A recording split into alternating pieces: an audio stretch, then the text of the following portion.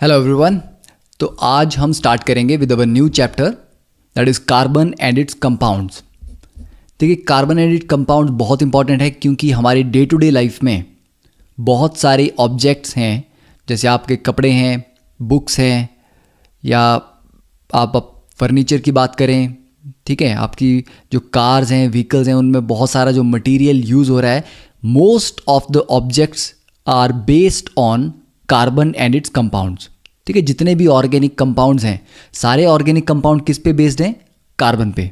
तो कार्बन को स्टडी करना, कार्बन की प्रॉपर्टीज़ को स्टडी करना इसलिए भी इम्पॉर्टेंट है कि जब आप ऑर्गेनिक केमिस्ट्री पढ़ेंगे तो वहाँ पर कार्बन की जो बेसिक अंडरस्टैंडिंग है, इसकी बॉन्डिंग की या इसकी प्रॉपर्टीज़ की, वो बहुत ज़रूरी है। और इनऑर्गेनिक में भी आपको कार्बन का ये जो फैमिली है, carbon and its compounds, group 14 जिसमें ये आता है, ये ग्रुप 14 आपको एक कंप्लीट चैप्टर पढ़ना है 11th में। ओके, तो इसलिए ये इंपॉर्टेंट है।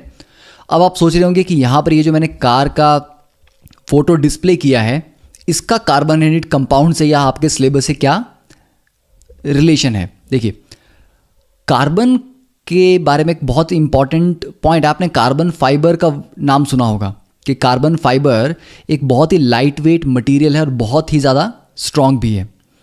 तो जितनी भी सुपर कार्स होती हैं, स्पोर्ट्स व्हीकल्स होते हैं, स्पोर्ट्स कार्स, स्पोर्ट्स बाइक्स आप बात करें, उनकी जो बॉडी है, उनकी बॉडी को बेसिकली हम किससे बनाते हैं? कार्बन फाइबर से, क्योंकि ये लाइट वेट है और स्टील से भी ज़्यादा स्ट्रॉन्ग है। तो ये कार को यहाँ पर शो करने का जो पर्पज़ है दैट इज़ कि इसकी जो बॉडी है उसमें बहुत ज़्यादा कार्बन फाइबर यूज़ किया गया है, इसीलिए ये लाइट वेट है, बहुत फास्ट एक्सेलरेट करती है और ऑब्वियसली बहुत ज़्यादा महंगी भी है। ठीक है, दूसरा ये डायग्राम आप यहाँ देख सकते हैं, ये डायमंड है। तो डायमंड भी कार्बन की ही एक फॉर्म है। और ये जो थर्ड डायग्राम है, दिस इज़ ग्रेफाइट। तो ग्रेफाइट कैसा होता है? जो आप लेड पेंसिल यूज़ करते हैं, लेड पेंसिल में बेसिकली लेड नहीं होता, दैट इज़ ग्रेफाइट। तो ग्रेफाइट बिल्कुल डिफरेंट दिखता है, इसकी प्रॉपर्टीज़ बहुत डिफरेंट है, बहुत डेलिकेट मटेरियल कि आप अगर इसको थोड़ा भी जोर लगाएंगे तो ये टूट जाएगा। But diamond, it is the strongest substance. ठीक है, स्ट्रॉन्गेस्ट आप इसको फॉर्म बोल सकते हैं किसी पर्टिकुलर एलिमेंट की। तो कार्बन की ही दो फॉर्म्स हैं, ग्रेफाइट और डायमंड, पर उन दोनों की फिजिकल प्रॉपर्टीज़ में ज़मीन आसमान का डिफरेंस है। ठीक है, तो ये क्यों हुआ? इन दोनों में ऐसा क्या डिफरेंस है कि जिससे डायमंड इतना ज़्यादा स्ट्रॉन्ग है, इतना हार्ड है, और ग्रेफाइट इतना फ्रेजाइल है? ठीक है, अब देखिए, कुछ इंटरेस्टिंग फैक्ट्स हम पढ़ लेते हैं कि कार्बन इस दुनिया में है तो कितना है और कहाँ कहाँ है। तो अगर हम यूनिवर्स की बात करें, ठीक है, यूनिवर्स की, हमारे मिल्की वे गैलेक्सी की अगर हम बात करें, तो हमारी गैलेक्सी में it is the 4th most abundant element. तो गैलेक्सी में सबसे ज़्यादा यूनिवर्स में क्या है? हाइड्रोजन, उसके बाद हीलियम है, फिर ऑक्सीजन है, और 4th नंबर पे है कार्बन। तो इसलिए भी काफ़ी इंपॉर्टेंट है कि पूरे यूनिवर्स में 4th सबसे ज़्यादा पाया जाने वाला ये एलिमेंट है। सेकेंड पॉइंट देखिए, it is the 15th most abundant element in earth crust. तो अर्थ क्रस्ट में ये 15th पोजीशन पे आता है। तो अर्थ में सबसे ज़्यादा क्या है? ऑक्सीजन। किस फॉर्म में है? ऐसा नहीं है कि ऑक्सीजन आपकी मिट्टी में गैस की फॉर्म में छुपी हुई है। ऑक्सीजन डिफरेंट जैसे कार्बोनेट्स हैं, सिलिकेट्स हैं, बाइकार्बोनेट्स हैं, फॉस्फेट्स हैं, तो डिफरेंट कंपाउंड्स में, जैसे कार्बोनेट का फॉर्मूला क्या है? आयन का CO3 2 नेगेटिव, ठीक है, PO4 3 नेगेटिव, फॉस्फेट आपके आगे। तो इस तरह से डिफरेंट रॉक्स या मिनरल्स में ऑक्सीजन पाई जाती है। तो उस फॉर्म में ऑक्सीजन अगर देखी जाए तो अर्थ में सबसे ज़्यादा अबंडेंट है। उसके बाद सेकंड आता है सिलिकॉन, फिर एल्यूमिनियम, फिर iron, calcium, sodium, potassium, magnesium, titanium, hydrogen. तो कार्बन का आएगा 15th नंबर पे। तो अर्थ की क्रस्ट में अगर देखें तो सिर्फ 0.02% कार्बन है। किस फॉर्म में है? मिनरल्स। ठीक है, जैसे कोल की फॉर्म में हो गया आप, ठीक है, पेट्रोलियम जो क्रूड ऑयल है उसकी फॉर्म में हो गया, या कार्बोनेट्स हो गए, बाइकार्बोनेट्स हो गए, और एटमॉस्फेयर में देखें तो 0.03% कार्बन डाइऑक्साइड है। तो ऐसा नहीं है कि अर्थ में या एटमॉस्फेयर में बहुत ज़्यादा कार्बन पाया जाता हो, बट कार्बन के जो कंपाउंड्स हैं या कार्बन के कंपाउंड्स की जो डे टू डे लाइफ में यूजेबिलिटी है वो इतनी ज़्यादा है कि अभी हम एक एक्टिविटी करेंगे, उससे आपको आइडिया मिलेगा कि कार्बन हम डे टू डे एक्टिविटीज़ में कितने ज़्यादा कार्बन कंपाउंड्स को यूज़ करते हैं और किस किस तरह से यूज़ करते हैं। अब थर्ड फैक्ट देखते हैं। It is the second most abundant element in the human body. हमारी बॉडी में सबसे ज़्यादा क्या है, 65% ऑक्सीजन है, उसके बाद 18% कार्बन है, 10% hydrogen, 3% nitrogen, then calcium, phosphorus, potassium.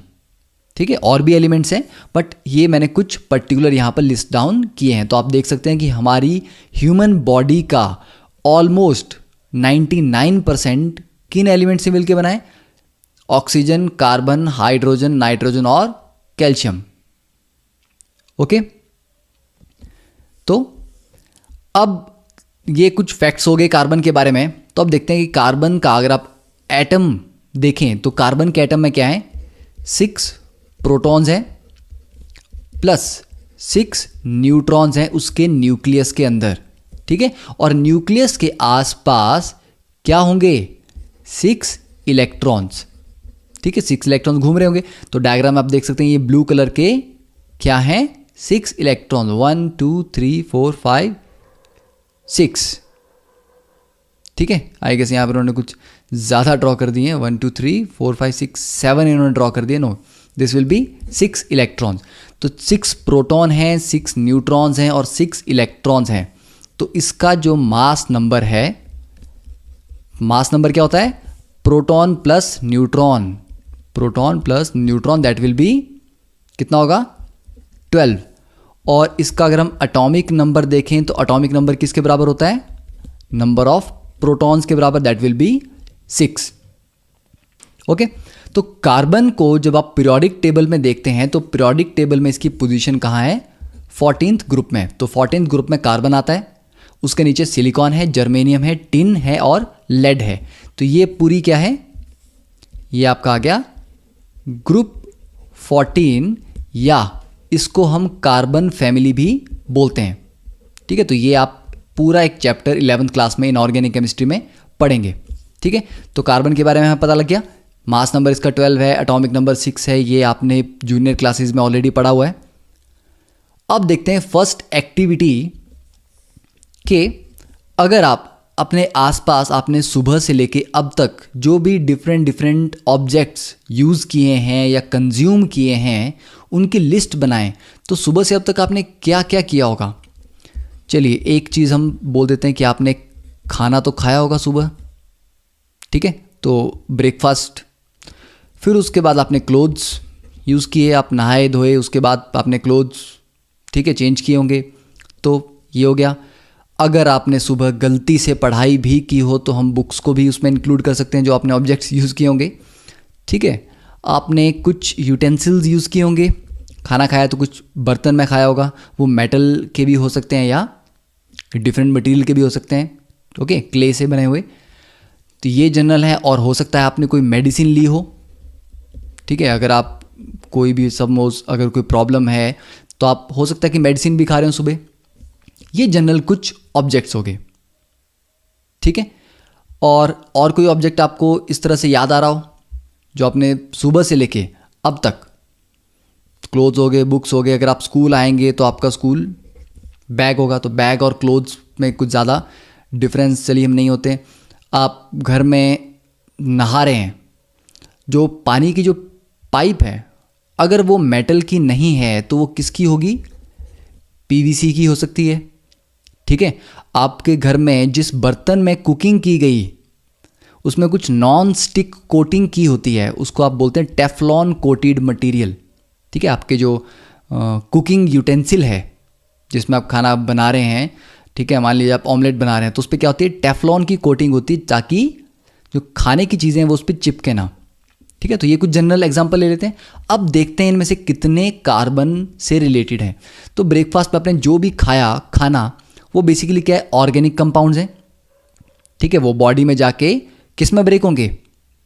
कुछ आपने कार्बोहाइड्रेट्स आपने लिए होंगे, ठीक है, आपने दूध पिया, तो उनमें बेसिकली कार्बन के ही कंपाउंड्स होंगे मेजॉरिटी में। तो ब्रेकफास्ट में आपके कार्बन कंपाउंड्स होंगे जो बॉडी में जाके डिकम्पोज होते हैं और आपको एनर्जी प्रोवाइड करते हैं। क्लोथ्स की अगर हम बात करें तो क्लोथ्स कहाँ से आए? क्लोथ्स आपके बेसिकली जो फाइबर है कपड़ों का वो क्या है? कार्बन के ही कंपाउंड्स हैं। बुक्स आप देख रहे हैं तो बुक्स का भी बेसिक बुक्स कहाँ से बनी? ये वुड से बनी, ठीक है, पेड़ों से लकड़ी आई, उसको आगे फिर प्रोसेस करके बुक्स, उससे जो कागज़ बनेगा उस पर बुक्स बनेंगी। तो बुक्स में भी बेसिकली क्या है? कार्बन के कंपाउंड्स हैं। जो बर्तन आप यूज़ कर रहे हैं यहाँ पर कार्बन के कंपाउंड हो सकते हैं अगर आप एक पर्टिकुलर टाइप का प्लास्टिक यूज़ कर रहे हैं, ठीक है, बट अगर आप स्टील की प्लेट्स यूज़ कर रहे हैं, किसी और मेटल की प्लेट्स यूज़ कर रहे हैं, तब ये नहीं होगा। मेडिसिन जो आप लेते हैं, डिफरेंट दवाइयाँ अगर आप ले रहे हैं, तो दवाइयों में जो कंपाउंड्स होते हैं वो भी generally most of the cases वो कार्बन के ही कंपाउंड्स होते हैं, ठीक है। बैग आप देख लेंगे तो कपड़े का होगा बैग, या किसका होगा? किसी सिंथेटिक मटेरियल का होगा, तो वो भी कार्बन के कंपाउंड्स होंगे। पीवीसी, पॉलीविनाइल क्लोराइड्स, ये भी कार्बन के कंपाउंड्स हैं। टेफ्लॉन, ये भी कार्बन का एक कंपाउंड है। तो आप देखिए कि डे टू डे लाइफ में कितनी सारी चीज़ें हैं जो कार्बन के कंपाउंड से बनी हुई हैं। इसलिए हमें कार्बन की बॉन्डिंग को ज़्यादा डिटेल में समझना है, क्योंकि इसका यूज़ होगा आगे आने वाली क्लासेस में। ओके, अब देखते हैं next topic, that is bonding in carbon. कि कार्बन में जो बॉन्डिंग होती है वो कैसी होती है? तो कार्बन में जो बॉन्डिंग है इट इज़ कोवलेंट बॉन्ड। तो अब तक आपने जूनियर क्लासेस में पढ़ा होगा कि एक हमारे पास आयनिक बॉन्ड होता है, एक हमारे पास कोवलेंट बॉन्ड होता है। ये जनरल दो कैटेगरीज हमारे पास हैं। कोऑर्डिनेट बॉन्ड को अभी हम छोड़ देते हैं, या कुछ जो स्पेशल टाइप के एक्स्ट्रा बॉन्ड्स होते हैं उन्हें हम नहीं कंसिडर करेंगे। ये दो सबसे कॉमन मेजॉरिटी में पाए जाने वाली जो बॉन्डिंग्स हैं उन दोनों को स्टडी करते हैं। तो आयनिक बॉन्ड में क्या होता है? यहाँ पर होता है loss and gain of electrons, ठीक है, या आप बोल सकते हैं, और ट्रांसफ़र ऑफ इलेक्ट्रॉन्स, कि यहाँ पर इलेक्ट्रॉन्स ट्रांसफ़र किए गए। जैसे कि आप NaCl की फॉर्मेशन देंगे तो सोडियम ने बनाया इलेक्ट्रॉन लूज करके Na पॉजिटिव, ठीक है, और इलेक्ट्रॉन बाहर निकाल दिया। Cl ने ये इलेक्ट्रॉन गेन करके क्या बनाया? Cl नेगेटिव, और ये पूरा मिला के क्या बन गया आपका फाइनली? NaCl। तो ये एक आयनिक कंपाउंड है जहाँ पर एक कैटायन बनता है पॉजिटिवली चार्ज, एक एनायन बनता है नेगेटिवली चार्ज, और पॉजिटिव और नेगेटिव के बीच की अट्रैक्शन से जो बॉन्ड बनता है उस अट्रैक्शन को ही हम आयनिक बॉन्ड कहते हैं। पर कोवलेंट बॉन्ड में क्या होता है? यहाँ पर लॉस एंड गेन नहीं होता है, यहाँ पर होती है शेयरिंग ऑफ इलेक्ट्रॉन्स। शेयरिंग का मतलब है कि अगर मेरे पास सपोज आपके पास एक साइकिल है, ठीक है, और आपके फ्रेंड को भी वो चाहिए, कभी कभी वो चाहता है उसको यूज़ करे, तो आप दोनों अगर उसको शेयर कर रहे हैं, तो कभी आप यूज़ कर रहे हैं, कभी आपका फ्रेंड यूज़ कर रहा है, तो एक ही साइकिल दोनों के काम आ रही है, ठीक है। तो दोनों उसको अपनी बोल सकते हैं कि हाँ मेरे पास एक साइकिल है, क्योंकि दोनों उसको यूज़ कर रहे हैं, तो वो गया शेयरिंग। तो यहाँ पर इलेक्ट्रॉन्स लिमिटेड हैं, बट उनको दो स्पीशीज़ आपस में शेयर करती हैं, ठीक है। तो उसको हम अभी डिटेल में पढ़ेंगे कि कोवलेंट बॉन्ड में शेयरिंग क्यों होती है और किस तरह से होती है, ठीक है। तो उसके लिए पहले हम देखते हैं कि इलेक्ट्रॉनिक कन्फिग्रेशन क्या है कार्बन की। तो इलेक्ट्रॉनिक कन्फिग्रेशन ऑफ कार्बन अगर हम यहां पर लिखते हैं तो that will be 1s2 2s2 and 2p2, क्योंकि total number of electrons carbon के पास कितने हैं? 6 इलेक्ट्रॉन्स। तो देखिए 2 + 2 + 2 दैट इज टोटल 6। तो जो आपकी फर्स्ट शेल है के शेल में आपके सिर्फ 2 इलेक्ट्रॉन्स हैं, और जो एल शेल है उसमें 4 आपके इलेक्ट्रॉन्स हैं। तो आउटर मोस्ट शेल कौन सी है? L, that is 2s and 2p, ये आपकी आउटर मोस्ट शेल है। तो आपके पास जो वैलेंस शेल है उसमें जो वैलेंस इलेक्ट्रॉन्स हैं ये कितने हैं? सेकंड शेल में कितने इलेक्ट्रॉन्स हैं? s के पास 2 हैं और p के पास भी 2 हैं, तो हमारे पास हैं 4 वैलेंस इलेक्ट्रॉन्स। अब जब भी कहाँ कोई पर्टिकुलर एटम बॉन्डिंग करता है, बॉन्डिंग करता क्यों है? बॉन्डिंग का पर्पस क्या है? To provide stability. किसी चीज़ को ज़्यादा स्टेबिलिटी अचीव करनी है तो स्टेबल होने के लिए बॉन्डिंग करता है। स्टेबिलिटी हमने अब तक जो पढ़ा है कैसे आती है? By completion of octet. Generally हम बोल सकते हैं कि ऑक्टेट कंप्लीट होता है, या मोर एक्यूरेटली हम बोल सकते हैं achieving nearest noble gas configuration. ठीक है, कि कोई भी एलिमेंट क्या करना चाहता है? जो नोबल गैस हैं उनकी कन्फिग्रेशन को अचीव करना चाहता है, कि नोबल गैस की जैसी उसकी इलेक्ट्रॉनिक कन्फिग्रेशन हो जाए। तो उसके लिए क्या होगा? अब देखिए, कार्बन, अगर आप पीरियड में देखें कि पीरियड में कार्बन कहाँ पे है, ठीक है, तो हमारे पास कार्बन के बाद नेक्स्ट क्या आता है? नाइट्रोजन, फिर ऑक्सीजन, फिर फ्लोरीन, फिर नियॉन। ठीक है, तो कार्बन का जो एटॉमिक नंबर है दैट इज 6, नाइट्रोजन का 7, ऑक्सीजन का 8, फ्लोरीन का 9, नियॉन का 10।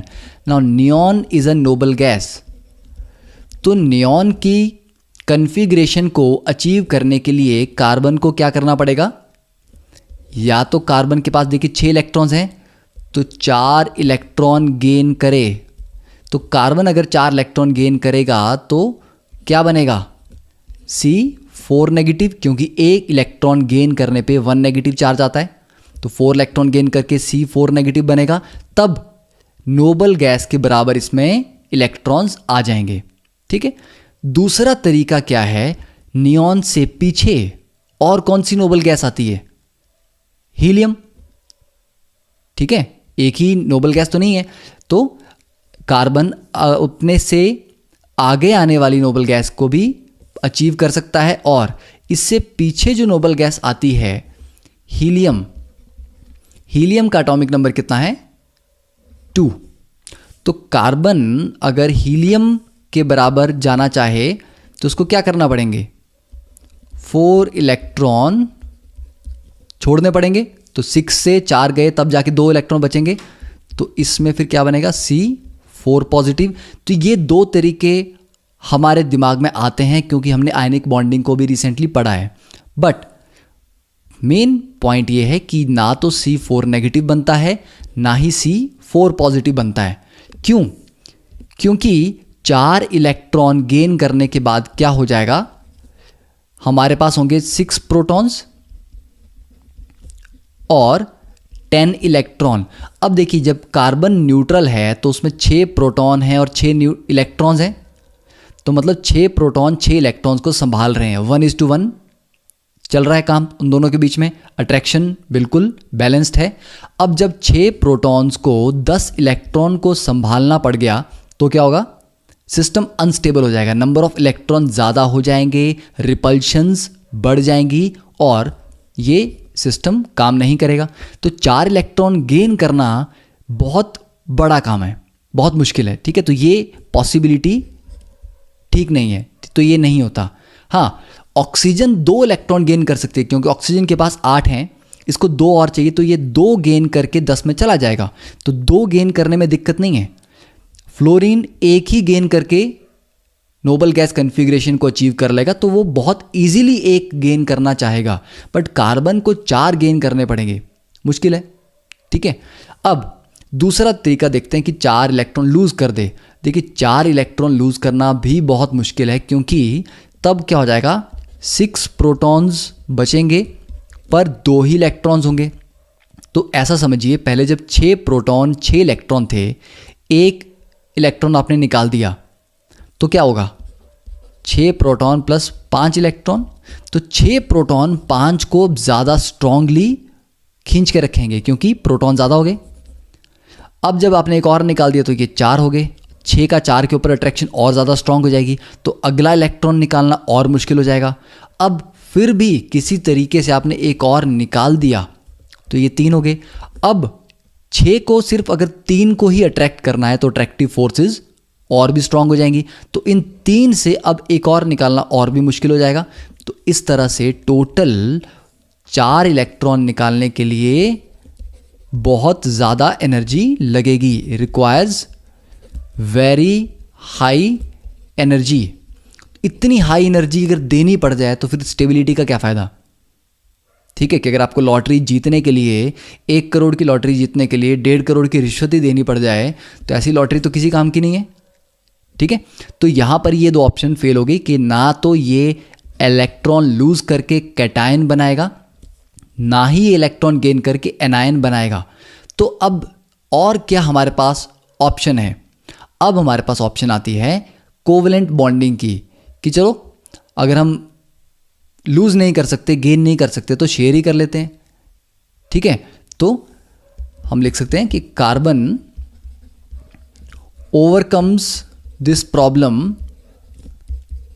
By sharing of electrons with other atoms of carbon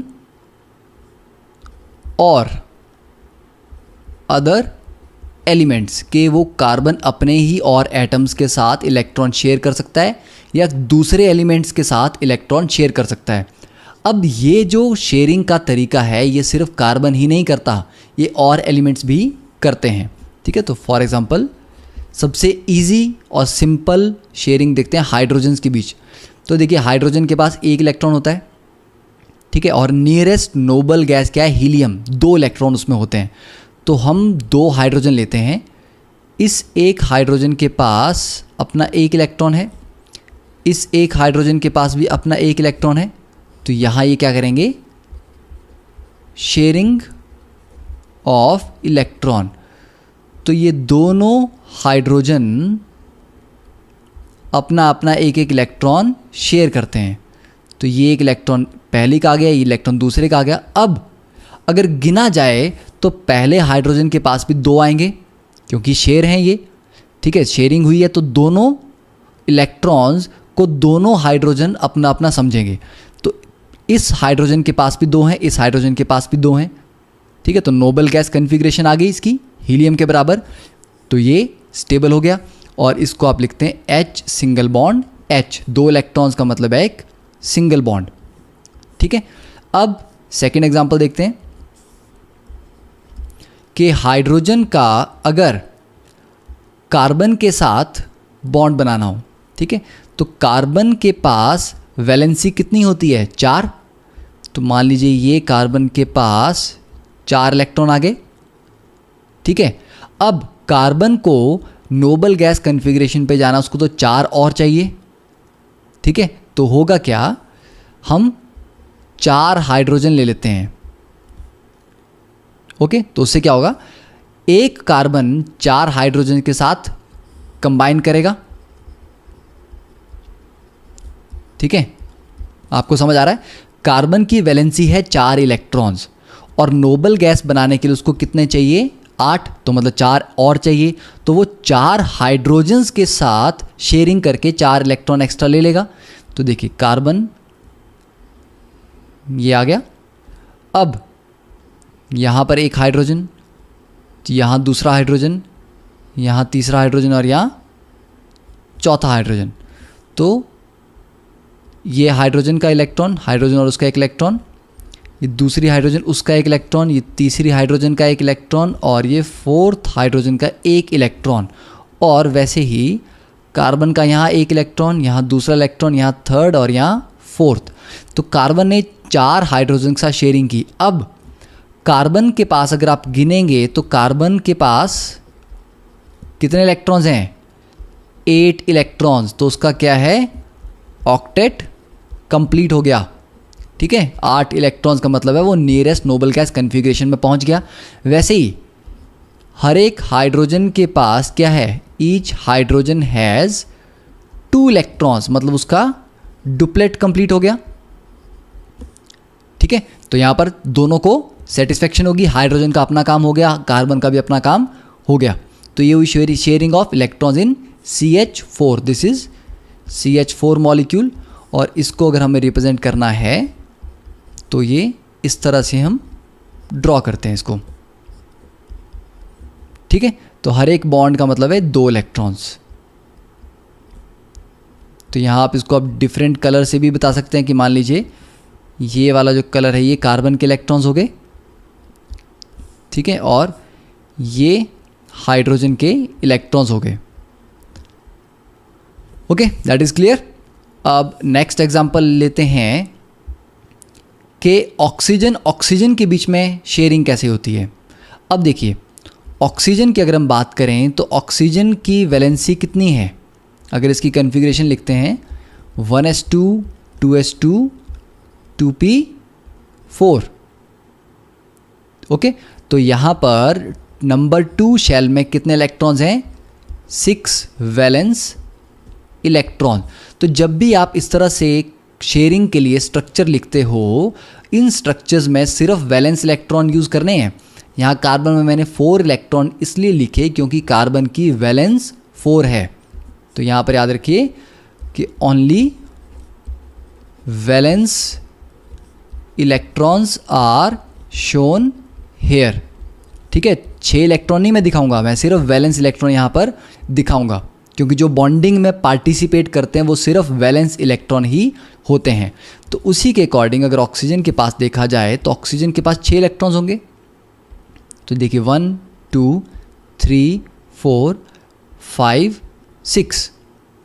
अब ऑक्सीजन को नोबल गैस बनने के लिए या नोबल गैस की कॉन्फ़िगरेशन अचीव करने के लिए क्या चाहिए, 2 और इलेक्ट्रॉन्स, ठीक है। तो अगर 2 ऑक्सीजन आपस में मिल जाएं तो देखिए एक ऑक्सीजन के पास कितने हैं, 6, तो 2 4 6, ये एक ऑक्सीजन आ गई।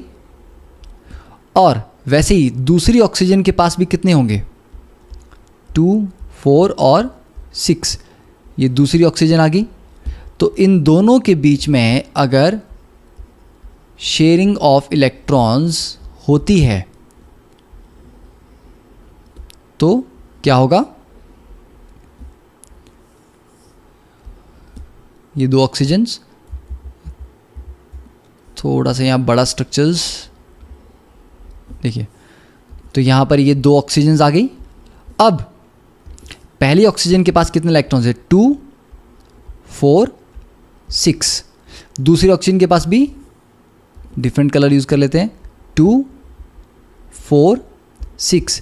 तो मतलब ये पहली ऑक्सीजन को भी 2 इलेक्ट्रॉन एक्स्ट्रा चाहिए, दूसरी वाली ऑक्सीजन को भी 2 इलेक्ट्रॉन एक्स्ट्रा चाहिए।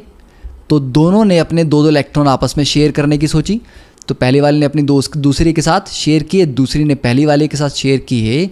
तो यहाँ पर 4 इलेक्ट्रॉन की शेयरिंग हो रही है, और जब 4 इलेक्ट्रॉन की शेयरिंग होगी तो क्या बनेगा, डबल बॉन्ड। तो उसको आप लिखते हैं ऑक्सीजन डबल बॉन्ड ऑक्सीजन। तो ऑक्सीजन ऑक्सीजन के बीच में क्या बनता है, डबल बॉन्ड, ठीक है, क्योंकि एक बॉन्ड का मतलब है 2 इलेक्ट्रॉन, तो 4 इलेक्ट्रॉन शेयर हो रहे हैं तो इट्स डबल बॉन्ड। और बाकी ये 2 जो होंगे ये लोन पेयर हैं, ठीक है। तो this oxygen has 2 lone pairs. ये जो खाली के 2 पेयर है ना इलेक्ट्रॉन्स के, जो किसी काम में इस्तेमाल नहीं हो रहे, इनको कहा जाता है लोन पेयर, ठीक है। और जो बॉन्ड बनाने में इलेक्ट्रॉन यूज़ हुए कितने, 4 इलेक्ट्रॉन, तो ये लिखे जाएंगे 2 बॉन्ड पेयर, कि 2 पेयर हैं इलेक्ट्रॉन्स के, वो किस में, बॉन्डिंग में हैं, और 2 पेयर हैं वो खाली बैठे हैं, तो वो लोन पेयर हैं, और ये 2 बॉन्ड पेयर्स हैं। ओके, तो O2 के बीच में कैसी शेयरिंग होगी ये आपने देख लिया। अब वैसे ही नाइट्रोजन की अगर हम बात करें तो नाइट्रोजन के वैलेंसी क्या होगी, 1s2 2s2 2p3। तो यहाँ पर 5 वैलेंस इलेक्ट्रॉन्स। तो 5 में इसको हम जनरली इस तरह से लिखते हैं, ठीक है, एक पेयर बना दिया और बाकी 3 हमने सिंगल कर दिए।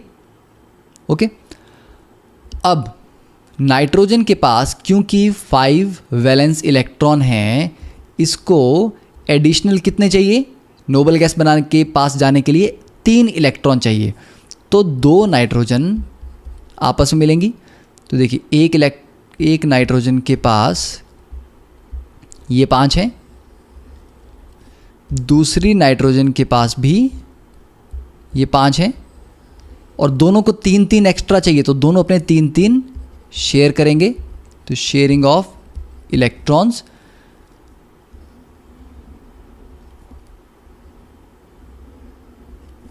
तो यहाँ पर लिखते हैं ये फर्स्ट नाइट्रोजन, ये सेकंड नाइट्रोजन, तो 3 इलेक्ट्रॉन पहली वाले ने दिए, 3 इलेक्ट्रॉन दूसरी वाली ने दिए, और पहली वाले पे 2 बचेंगे, दूसरी वाले पे 2 बचेंगे। अब क्योंकि यहाँ पे 6 इलेक्ट्रॉन्स की शेयरिंग हो रही है, तो 6 इलेक्ट्रॉन से क्या बनेंगे, ट्रिपल बॉन्ड। तो नाइट्रोजन नाइट्रोजन के बीच में एक ट्रिपल बॉन्ड बनता है, और दोनों पे एक एक लोन पेयर रहता है। तो पहली नाइट्रोजन पे क्या है, एक लोन पेयर है, और यहाँ पर ये ट्रिपल बॉन्ड का मतलब क्या है, 3 बॉन्ड पेयर्स या ट्रिपल बॉन्ड। ओके, तो ये लिख सकते हैं हम। तो अब इससे ऑक्टेट कैसे कंप्लीट होगा कि ये 6 इलेक्ट्रॉन्स, पहली नाइट्रोजन भी अपने गिनेगा, तो ये 6 प्लस ये 2 8 हो गए, तो पहली नाइट्रोजन का भी ऑक्टेट कंप्लीट हो गया, दूसरी नाइट्रोजन का भी ऑक्टेट कंप्लीट हो गया, तो दोनों को स्टेबिलिटी मिल गई। तो अल्टीमेटली शेयरिंग से सभी ट्राई क्या करते हैं कि सबका ऑक्टेट कंप्लीट हो जाए। ठीक है, अब देखते हैं कि अगर CO2 कार्बन और ऑक्सीजन के बीच में बॉन्डिंग हो तो वो कैसी होगी। तो देखिए, हमारे पास एक कार्बन है और 2 हमारे पास ऑक्सीजन है। अब कार्बन के पास टोटल कितने इलेक्ट्रॉन्स हैं, वैलेंस में 4 इलेक्ट्रॉन्स। ऑक्सीजन के पास वैलेंस में हैं 6 इलेक्ट्रॉन्स। तो कार्बन को कितने चाहिए, 4 और 4 8, तो 4 एक्स्ट्रा चाहिए, पर एक ऑक्सीजन को सिर्फ 2 चाहिए। तो कार्बन को चाहिए, इट रिक्वायर्स 4 एक्स्ट्रा। ऑक्सीजन को कितने चाहिए, इट रिक्वायर्स 2 एक्स्ट्रा। तो ऑक्सीजन अपने 2 कार्बन के 2 के साथ शेयर करेगी, तो ऑक्सीजन को और 2 मिल जाएंगे, क्योंकि ऑक्सीजन को तो 2 ही चाहिए। तो ये अपने 2 और कार्बन के 2 आपस में शेयर कर लेगी। पर कार्बन को क्योंकि 4 चाहिए, तो उसे दोनों ऑक्सीजन के साथ 2-2 शेयर करने पड़ेंगे। मतलब कार्बन बीच में रहेगा, 2 इलेक्ट्रॉन एक तरफ, 2 इलेक्ट्रॉन दूसरी तरफ। यहाँ एक ऑक्सीजन होगी, ये अपने 2 इलेक्ट्रॉन एक कार्बन से शेयर करेगी। वैसे ही दूसरी तरफ दूसरी ऑक्सीजन भी अपने ये 2 इलेक्ट्रॉन कार्बन से शेयर करेगी। ठीक है, तो जब इन दोनों के बीच में शेयरिंग ऑफ इलेक्ट्रॉन्स होंगी तो क्या स्ट्रक्चर बनेगा,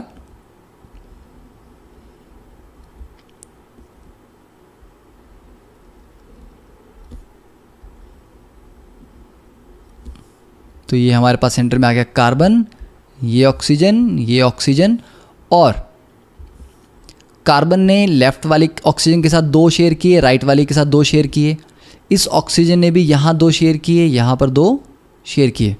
और अगर इसको हम डिफरेंट कलर से रिप्रेजेंट करें, तो मान लीजिए ये 2 इस ऑक्सीजन के, ये 2 इस ऑक्सीजन के, और बाकी 4 ऑक्सीजन के पास अलग से रहेंगे। ठीक है, तो इसको अगर हमें रिप्रेजेंट करना हो तो ये आएगा कार्बन डबल बॉन्ड ऑक्सीजन, और लेफ्ट में भी कार्बन डबल बॉन्ड ऑक्सीजन, और दोनों ऑक्सीजन के पास 2 लोन पेयर रहेंगे, पर कार्बन के पास कुछ नहीं है। अब इस कार्बन के पास देखिए, लेफ्ट में 2 बॉन्ड है, राइट में 2 बॉन्ड है, टोटल 4 बॉन्ड।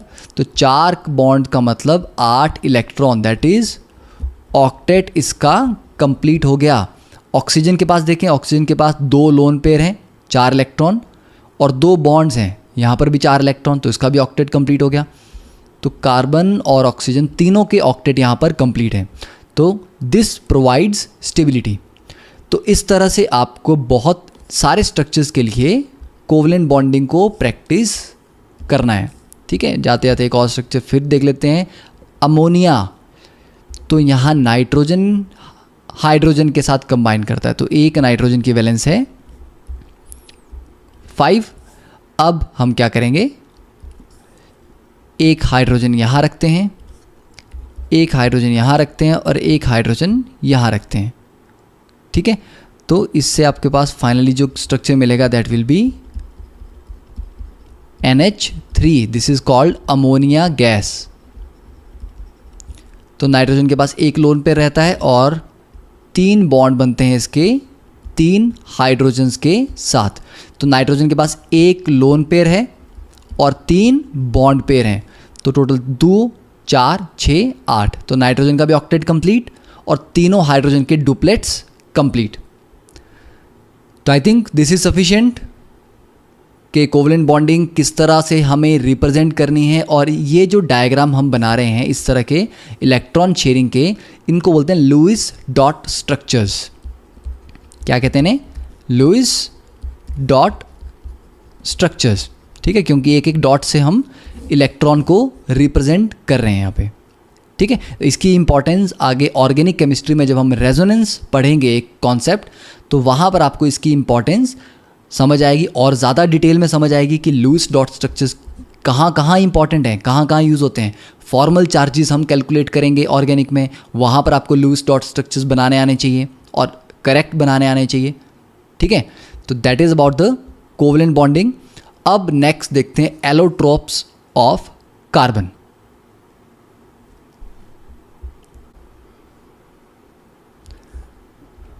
तो देखिए एलोट्रोप्स ऑफ कार्बन, तो यहाँ पर जो डायग्राम दिया गया है, यहाँ पर हमें एक ग्रेफाइट का डायग्राम है।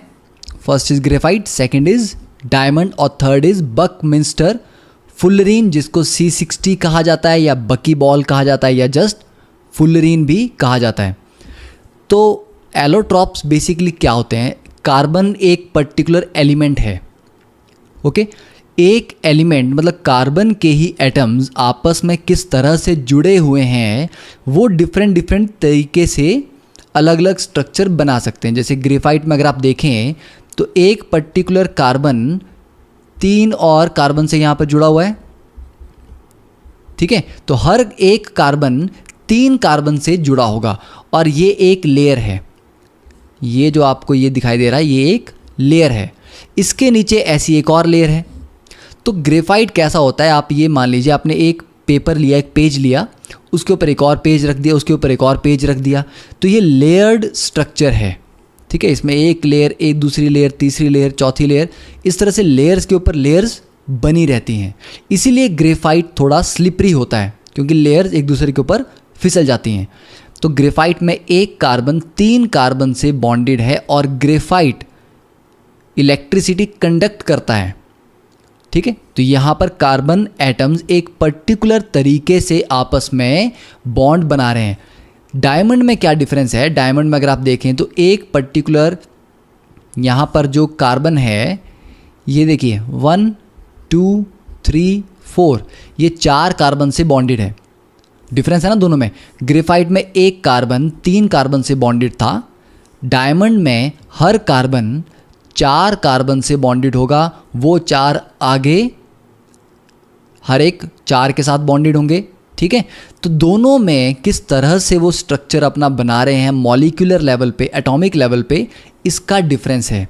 और इसकी वजह से दोनों की प्रॉपर्टीज़ में जो डिफरेंस है वो तो ज़मीन आसमान का है। अगर आप डायमंड लेने जाएंगे 10 ग्राम, तो वो कितने का आपको पड़ेगा, और 10 ग्राम ग्रेफाइट आपको कितने का पड़ेगा, वो आप रेट में भी डिफरेंस दे सकते हैं, उनकी हार्डनेस में डिफरेंस दे सकते हैं। Diamond is the hardest element, ठीक है, हार्डेस्ट स्पीशीज़ है। तो डायमंड से आप बहुत सारी चीज़ें काट सकते हैं, ग्रेफाइट से नहीं काट सकते। ग्रेफाइट इलेक्ट्रिसिटी कंडक्ट करता है जबकि डायमंड कंडक्ट नहीं करता। बकमिंस्टर फुलरीन एक डिफरेंट ही अरेंजमेंट है। यहाँ पर कार्बन कार्बन के एटम्स आपस में लगे हैं और एक क्लोज्ड स्ट्रक्चर बना रहे हैं। डायमंड में तो ये इन्फानाइट चेन चलती रहेगी, ये फैलता जाएगा एक जाल की तरह, बट C60 में क्या एक फुटबॉल जैसा स्ट्रक्चर बन गया है, ओके।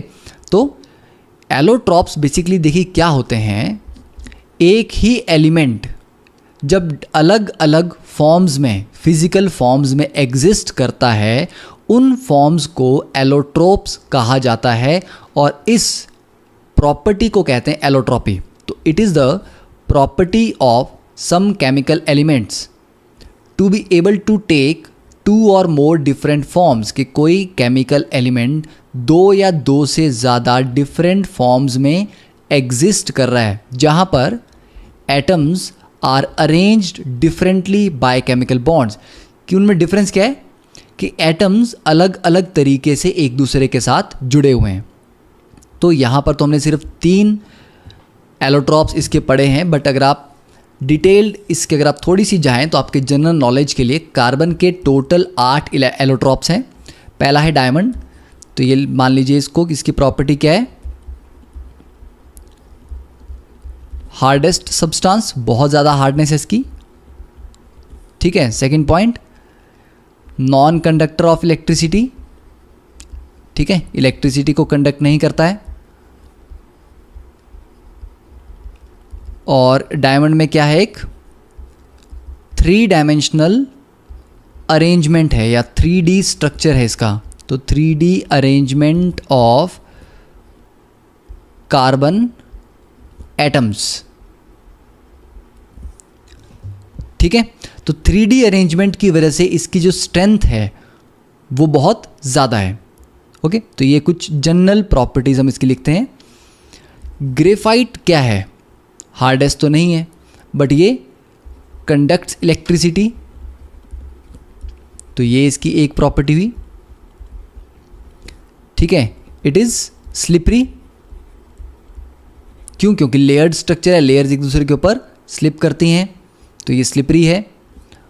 और it has a layered structure,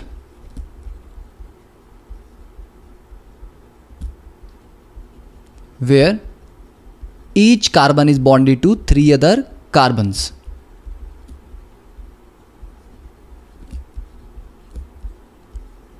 ठीक है, 3 carbons in the same plane. Okay, तो ये इसकी 3 जनरल हम प्रॉपर्टीज पढ़ रहे हैं। अभी डिटेल जो प्रॉपर्टीज हैं वो आप 11th में जाके तो ऑब्वियसली पढ़ेंगे, ठीक है, बट ये आपको प्रॉपर्टीज याद रखनी है। तो ये 2 हो गए। और ग्रेफाइट की सेकंड जो सबसे इंपॉर्टेंट बात आपको ध्यान रखनी है, it is the most stable allotrope, ठीक है, कि कार्बन के जितने भी एलोट्रॉप्स हैं उनमें ग्रेफाइट सबसे ज़्यादा स्टेबल होता है, ये पॉइंट आपको याद रखना है। तीसरा एलोट्रॉप बकमिंस्टर फुलरीन या बकीबॉल्स। फोर्थ इज लॉन्सडेलाइट, इसको हेक्सागनल डायमंड भी बोलते हैं। फिर फुलराइट C540, मतलब 540 कार्बन के एटम्स मिलके ये एक स्ट्रक्चर बनाते हैं। फिर amorphous carbon C70, single walled carbon nano tubes. देखिए नैनो ट्यूब्स क्या होती हैं, इस डायग्राम में आपको दिख रहा है। तो यहाँ पर एक रेड वॉल है, उसके अंदर एक ब्लू है और एक येलो है, तो ये 3 वॉल्स हैं, ठीक है। अभी हम सिंगल की बात कर रहे हैं, तो सिर्फ अगर आप येलो वाली को ही लें या सिर्फ रेड को लें तो ये एक ट्यूब जैसी बनी है कार्बन के एटम से, तो इनको बोलते हैं नैनो ट्यूब्स। तो ये टोटल 8 एलोट्रॉप्स आपके जनरल नॉलेज के लिए। बट अगर आपको सिर्फ अपने बोर्ड एग्जाम्स तक के लिए ही लिखना है तो आप 3 तो लिखेंगे, diamond, graphite and buckminster fullerene, ठीक है। तो that completes the allotropes of carbon. तो नेक्स्ट लेक्चर में हम स्टडी करेंगे कि what are the versatile properties of carbon, कि कार्बन इतनी ज़्यादा वैरायटी के कंपाउंड्स कैसे बना लेता है, क्या उसकी प्रॉपर्टीज़ हैं। Okay, and some of the NCERT problems भी हम डिस्कस करेंगे। Okay, so that is all for today's lecture. See you in the next class. Thank you.